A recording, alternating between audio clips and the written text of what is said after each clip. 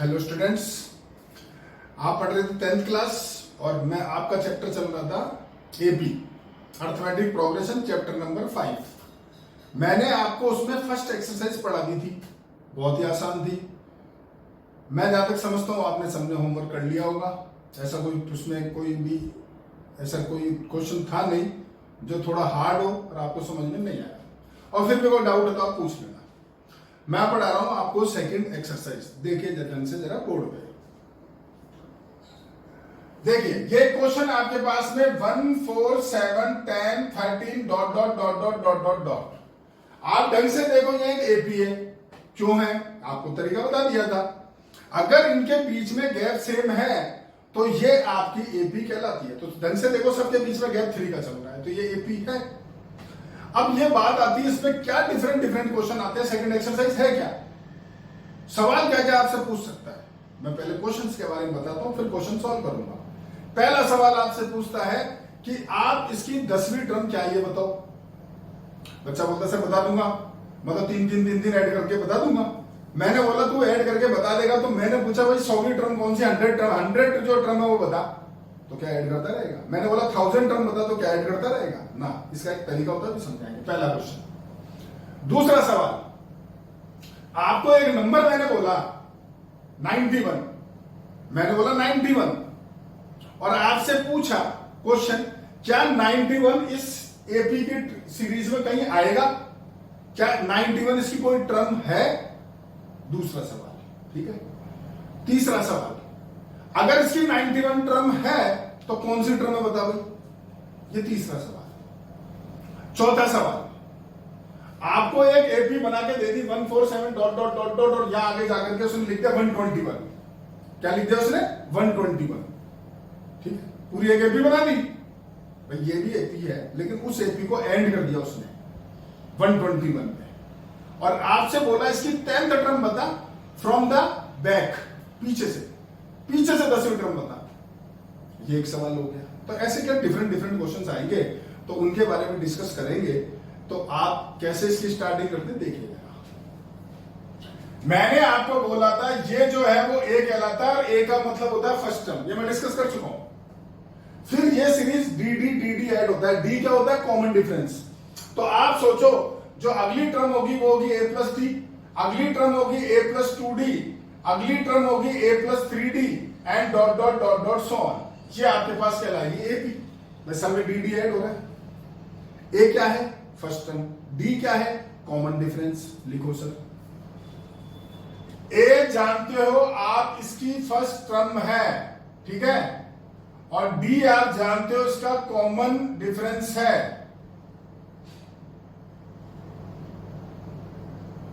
लिख दिए दोनों। अब ए और डी कितने वो भी बता दो। तो ए तो दिख ही रहा है आपको, क्या है 1, और डी मैंने डी निकालने का तरीका बताया था, दोबारा बोल रहा हूं। क्या करोगे sir, second term minus first term.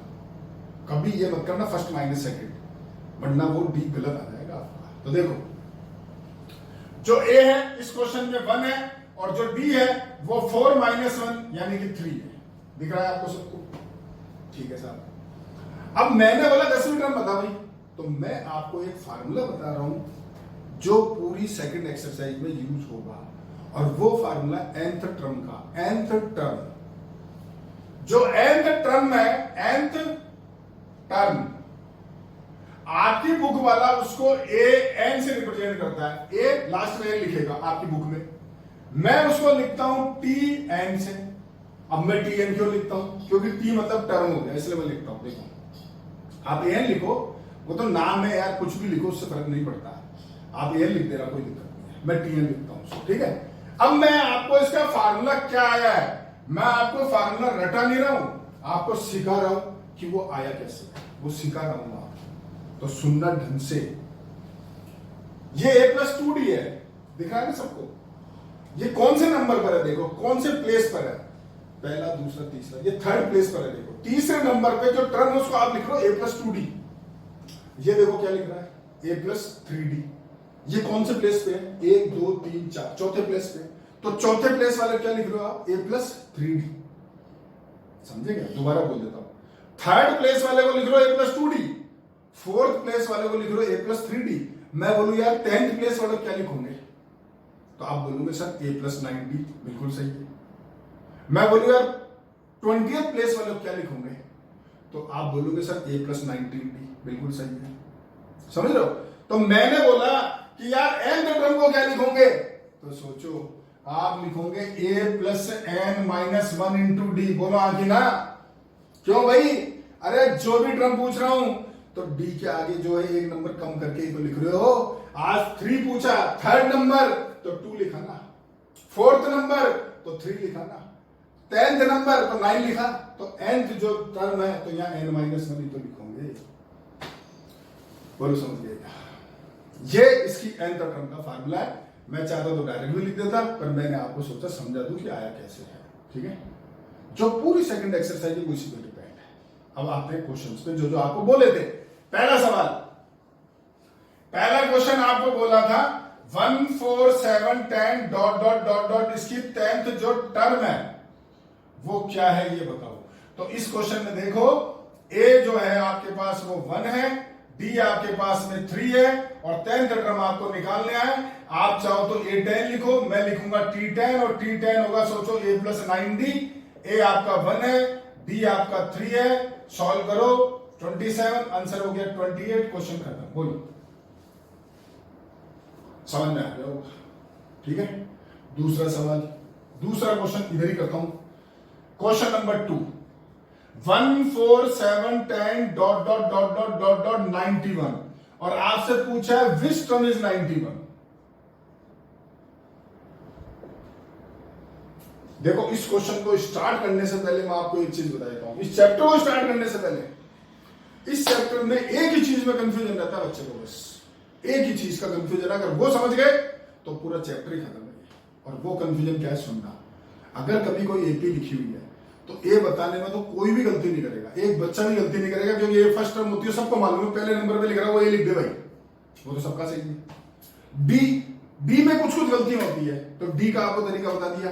Second term minus first term, तो डी भी निकाल लेगा, उसमें भी गलती नहीं होती। लड़ाई है जो एन और जो टी एन, लड़ाई उसकी है।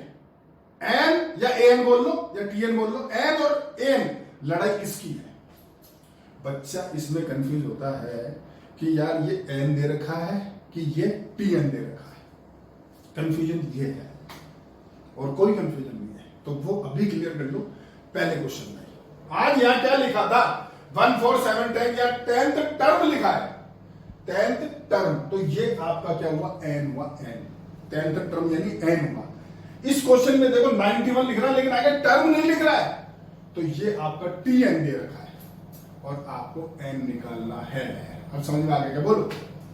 अगर जो यहां टर्म लिखा रहे ना तब तो ये एन है, और अगर जो यहां टर्म नहीं लिखा रहे तो ये टी एन है। अब अपने दिमाग में चीज फिक्स कर लेना चैप्टर शुरू होने से पहले, ताकि आगे गलती ना हो, बिल्कुल भी ना हो। ठीक है? क्लियर? देखो तो इस क्वेश्चन पे आता हूं। ए आपका 1 है, बी आपका पास में 4 - 1 यानी 3 है, और ये आपका टी एन दे रखा है 91। आपसे एन पूछा है, फार्मूला तो एक ही है, फार्मूला दूसरा ही नहीं, लिखो टी एन बराबर a plus N minus 1 into d. तो 91 equal to A1 n minus 1, d की जगह 3, 91 equal to 1 plus 3n minus का 3, 91 इक्वल टू 3n माइनस 2। इधर लिख रहा हूं जी, या इधर लिख देता हूं, इस 2 को इधर ले आओ। 93 इक्वल टू 3n, 3 से डिवाइड करो, n आ गया 31, यानी जो आपका 91 जो है 91 इज द 31st टर्म। बोलो समझ गए? ये चीज है, दोबारा क्लियर कर देता हूं। देखो बच्चों, कान खोल के सुन लेना, नहीं समझ में आ रहा फोन कर लेना। लड़ाई सिर्फ एन और टी एन की है बस। ए गलत कभी नहीं होगा, डी गलत कभी नहीं होगा। ठीक है? एन और टी एन की लड़ाई है, तो वो तरीका समझा दिया है। अगर जो टर्म लिखा हुआ है तो ये एन है, और जो टर्म नहीं लिखा हुआ है तो ये टी एन है। ठीक है सर? समझ में आ गया? चलो 2 क्वेश्चन हो गए, तीसरे क्वेश्चन पे आता हूं। क्वेश्चन तीसरा आपसे पूछ रहा है, is 122 is any term of the series of the AP 1 4 7 10 dot dot dot dot dot. Question समझे कि आप क्या है? आपसे पूछ रहा है क्या 122 इसकी कोई टर्म है या नहीं है, ये आपको बताना है। तो भाई देखो, ए दिख रहा है, डी भी दिख रहा है। जो 122 है वो टीएन मान के चलो, मतलब आपसे पूछ रहा है कि 122 इसको कोई टर्म है कि नहीं है, तो आप इसको क्या मानो, टीएन। सॉल्व करो, एन निकालो। अगर एन आपका एग्जैक्ट नंबर आ जाए, जैसे 25 72 50 या 42, ऐसे एग्जैक्ट एन आ गया तब तो वो टर्म होगी। और अगर एन आपका फ्रैक्शन में आ गया तो वो टर्म नहीं होगी। क्यों? सोचो यार, कोई भी टर्म बोलना हो तो क्या बोलोगे? या तो 10वीं टर्म है, या 11वीं टर्म है, या 12वीं टर्म है, तो बोलोगे। ऐसे बोलूंगा कि 10.5 टर्म है। 10.5 कौन सी टर्म होती है भाई? तो इसीलिए जब आपसे बोले कि कोई जो नंबर है वो इसकी टर्म है या नहीं है, तो आप सॉल्व करके एन निकालो। एन अगर एग्जैक्ट आ गया तो वो टर्म है, और अगर जो फ्रैक्शन में आ गया तो वो उसकी टर्म नहीं है। तो देखो, सबसे पहले आप लिखोगे इस सीरीज में ए आपका 1 है, डी आपका 3 है, और टीएन जो है वो आपका 122 है।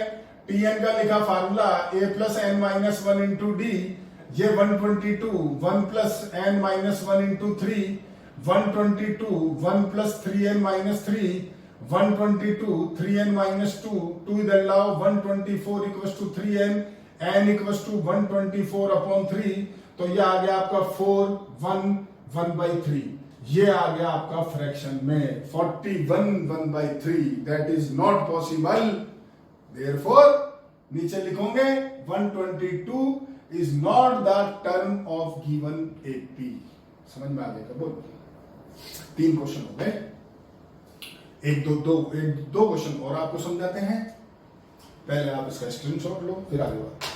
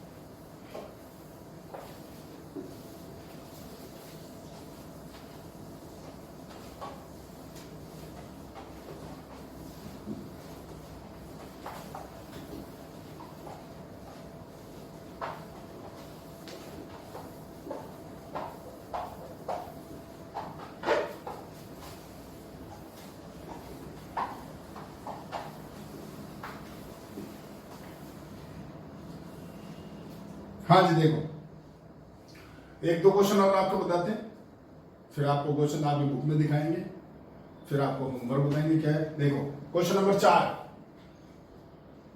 क्वेश्चन नंबर 4 आपके पास है 1 4 7 10 dot dot dot dot dot dot 91।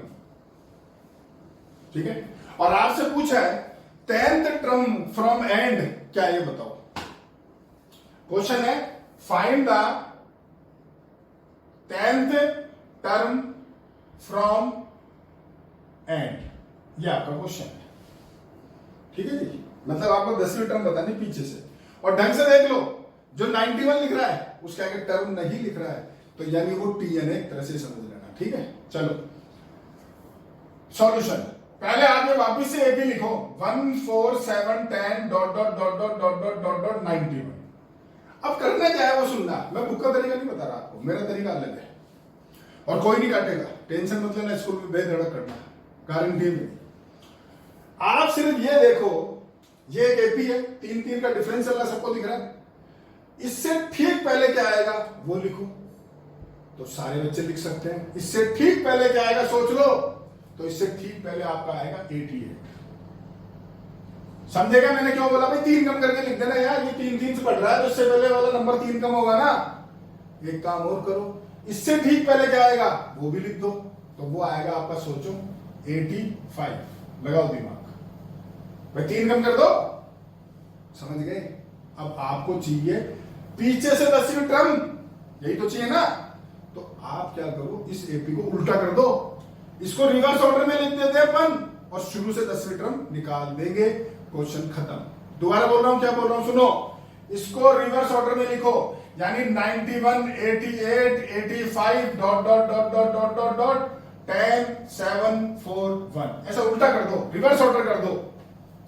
अब आपको बोल रहा था पीछे से 10वीं टर्म बता, यही बोल रहा था, तो मैंने जब सीरीज बदल दी तो मैं स्टार्टिंग से 10वीं टर्म निकाल देता हूं, मेरा आंसर आ जाएगा। सोचो, दिमाग लगा लो, ठीक है। लेकिन अब सोचो, जो एपी है उसका ए भी बदल गया, उसका डी भी बदल गया। यहां जो था वो ए कितना था 1 और डी कितना था आपका 3, लेकिन अब यहां देखो, जो ए है वो 91 है और जो डी है वो 3 नहीं है, ध्यान रख लेना इस बात का, वो -3 हो गया। यही बच्चा गलती करता है भाई। सोचो ना, उल्टा चलते हैं यार, तो डी बदल जाएगा, डी का साइन बदलेगा, यूं ही करोगे ना, 88 माइनस 91 तो माइनस का 3 तो आएगा डी आपके पास, सोचो ना यार भाई, ठीक है। और अब मुझे क्या चाहिए भैया, 10वीं टर्म निकालनी है, निकाल लो, ये लिखो टी एन का formula, a plus N minus 1 into D, यहां मुझे चाहिए 10th टर्म, तो a प्लस हो गया मेरा 9d, a मेरा 91 प्लस 9 और d मेरा -3, तो 91 माइनस 27 यानी 64, ये मेरा आंसर। बोलो समझ गए, ठीक है। तो ये आपके पास हो गया, कभी भी पीछे से कोई टर्म पूछे उसको निकालने का तरीका। एक सवाल और देखो सर, एक और क्वेश्चन देखो, क्वेश्चन है question number 5, in an AP fifth term is 17 and 8th term is 26। Fifth term जो है वो 17 है और जो 8th टर्म है वो 26 है। फाइंड द एपी, या क्वेश्चन फाइंड एन एपी, ये हो गया जी आपका क्वेश्चन, ठीक है। दोबारा क्वेश्चन समझाए थे, एक एपी है, उसकी 5वीं टर्म है 17, उसकी 8th टर्म है 26 और आपको एपी बतानी है। जब कभी, ढंग से सुन लेना, जब कभी एपी नहीं दे रखी हो और आपसे एपी पूछे और ऐसे कुछ कंडीशन दे रखी हो, तो सबसे पहले एक लाइन लैंग्वेज में लिखना, एक लाइन लैंग्वेज में लिखना, वरना आधा नंबर कट जाएगा। और वो क्या है, सुनो, let the first term be A and common difference is D. सबसे पहले ये लाइन लिखना आप लैंग्वेज में कि साहब फर्स्ट टर्म तो उसकी ए है और जो कॉमन डिफरेंस है वो उसका डी है, ठीक है। अब बढ़ते हैं आगे, बहुत इजी क्वेश्चन है जी, अभी तक जितने क्वेश्चन देखो आप, एपी बड़ी आसान है, बहुत आराम से कर सकते हो, खाली आपको समझना है कि ये ए है, ये डी है, ये एन है, ये टी है, बस यही तो लड़ाई हो रही है इसके अंदर। देखो आपको दे रखा है जो फिफ्थ टर्म है वो 17 है, इसका मतलब जो T5 है वो 17 है। आपको बोल रखा है जो 8th टर्म है वो 26 है, यानी जो T8 है वो 26 है, यही तो दे रखा है। अब T5 का क्या मतलब होगा, फार्मूला क्या है, a plus N minus 1 into D जानते हो, तो T5 क्या होगा, a प्लस 4d तो लिखोगे मेरे भैया, लगाओ दिमाग, फिफ्थ टर्म को a प्लस 4d बोलोगे, ऐसे ही जो 8th टर्म है उसको बोलोगे a प्लस 7d। बोलो, ये दो इक्वेशन हो गई, पहली दूसरी इक्वेशन, दोनों सॉल्व करना जानते हो, चैप्टर 3 पढ़ा रखा है, दोनों को माइनस कर दो, a प्लस 7d बराबर 26, a प्लस 4d बराबर आपका 17, minus minus minus 3d equal to आपका हो गया 9, तो d आपके पास आ गया 3, d डालो यहां पे, तो a प्लस 12 इक्वल टू 17, तो a आ गया आपका 5, a आ गया, d आ गया, ap बना दो भाई। तो ap बनाओगे तो सबसे पहले क्या लिखोगे, a 5, फिर d ऐड करते जाओ, यानी 8, 11, 14, 17 and dot dot dot dot so on. Question खत्म। बोलो सर, समझ गए? तो ये होती है सर आपकी एपी, ठीक है। मैंने आपको सभी तरह के क्वेश्चंस लगभग बता दिए हैं। आज आपका जो काम है वो है 5.2 जो आपकी एक्सरसाइज है, इसके सारे एग्जाम्पल। सबसे पहले सारे एग्जाम्पल। एक्सरसाइज जो है उसका क्वेश्चन नंबर 1, क्वेश्चन नंबर 2, बस 2 ही क्वेश्चन कर लेना, क्योंकि एग्जाम्पल दे दिए और आपको 2 सवाल दे दिए। वैसे तो देखो मैंने पूरी सेकंड एक्सरसाइज पढ़ा दी आपको, पर मैं काम देना नहीं चाहता। कल मैं पूरी एक्सरसाइज डिस्कस कर लूंगा आपसे, कुछ एक जो अच्छे सवाल है वो कर दूंगा, और कल मैं सेकंड एक्सरसाइज खत्म भी कर दूंगा। इतनी आसान है। तो आप में से अगर किसी को कंटिन्यू आगे एक्सरसाइज करनी तो कर सकता है। मैंने सेकंड एक्सरसाइज पूरी पढ़ा दी आपको, पर मैं आपको होमवर्क दे रहा हूं, उसके सारे एग्जाम्पल और शुरू के 2 क्वेश्चन। बाकी एक्सरसाइज मैं आपसे कल डिस्कस कर लूंगा और आपको बता दूंगा पूरा। अब इससे क्लास खत्म करने से पहले एक इंपॉर्टेंट आपको मैसेज देना, वो सुन लीजिए आप। अभी तक जो आप पढ़ रहे थे, मैं आपको लिंक भेज रहा था, मैं इसको यूट्यूब पे डाल रहा था, उससे इसको सभी बच्चे देख रहे थे, जो मुझसे नहीं पढ़ते वो भी देख रहे थे। लेकिन अब आने वाले 3-4 दिन के बाद में मेरा एक ऐप मैंने बनाया है और मैं सारे वीडियोस वहीं डालूंगा, और जिन बच्चों को मैं पासवर्ड दूंगा उस ऐप में वो केवल वही बच्चे देख पाएंगे, बाकी कोई नहीं देख पाएगा। ठीक है। अगर कभी कोई बच्चा दूसरे को पासवर्ड फॉलो कर देता है तो वो कैंसिल हो जाएगा ऑटोमेटिक, वो चल ही नहीं पाएगा। तो इसलिए आप में से जिसको भी पढ़ना है, जिसको भी कंटिन्यू करना है, जो भी बच्चे पढ़ना चाहते हैं, वो मुझसे कांटेक्ट करिए। मैंने एक मैसेज भी डाला था सबको, उस मैसेज को इग्नोर मत करना, वरना आपकी क्लासेस डिसकंटिन्यू हो जाएगी। आप मुझसे बात करो कि मैं पासवर्ड कैसे दे रहा हूँ, क्या प्रोसीजर है, मैं आपको बता दूंगा। इस बात को ध्यान रखना, चाहे कोई भी बच्चा हो, कोई भी ध्यान रखना इस बात का। ठीक है। Okay, thank you.